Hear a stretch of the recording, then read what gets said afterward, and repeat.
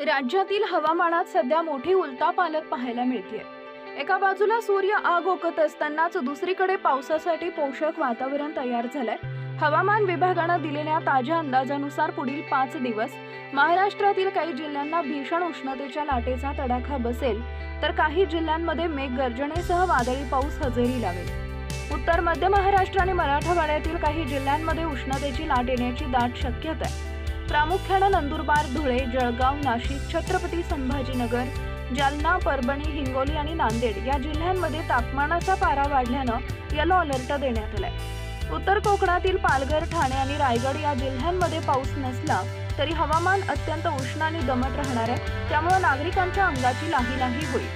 विदर्भातील अकोला, अमरावती आणि वर्धा या जिल्ह्यांमध्ये उष्णतेच्या लाटेची तीव्रता अधिक असल्याने तिथं ऑरेंज अलर्ट जारी करण्यात आलाय। मात्र विदर्भाच्याच काही भागात पावसाचीही शक्यता आहे। मंगळवारी नागपूर, चंद्रपूर, गडचिरोली आणि यवतमाळ या जिल्ह्यांमध्ये मेघगर्जना आणि वादळी वाऱ्यासह हलका ते मध्यम पाऊस पडण्याची शक्यता असून तिथं येलो अलर्ट देण्यात आलाय। बुधवारी विदर्भातील बुलढाणा, अकोला, अमरावती, यवतमाळ, वाशिम, वर्धा, नागपूर, भंडारा, गोंदिया, गडचिरोली आणि चंद्रपूर या सर्व जिल्ह्यांमध्ये वादळी पावसाचा अंदाज वर्तवण्यात आलाय।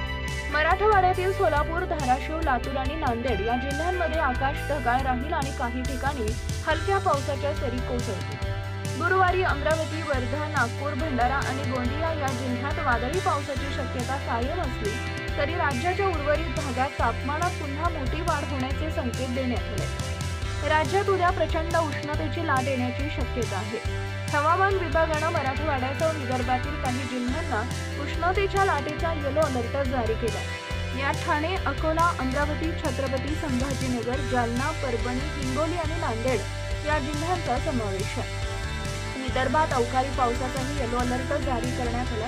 नागपूर, चंद्रपूर, गडचिरोली आणि यवतमाळ या जिल्ह्यात मेघगर्जना आणि वादळी वाऱ्यासह हलका पाऊस होण्याची शक्यता आहे। वाढत्या तापमानामुळे दुपारच्या वेळी विनाकारण घराबाहेर पडू नये, पुरेसे पाणी प्यावे आणि सुती कपड्यांचा वापर करावा अशा सूचना आरोग्य विभागाकडून देण्यात आल्या आहेत। विदर्भातील नागरिकांनी विजांच्या कडकडाटाच्या वेळी झाडाखाली किंवा उघड्यावर थांबू नये असंही सांगण्यात आलंय।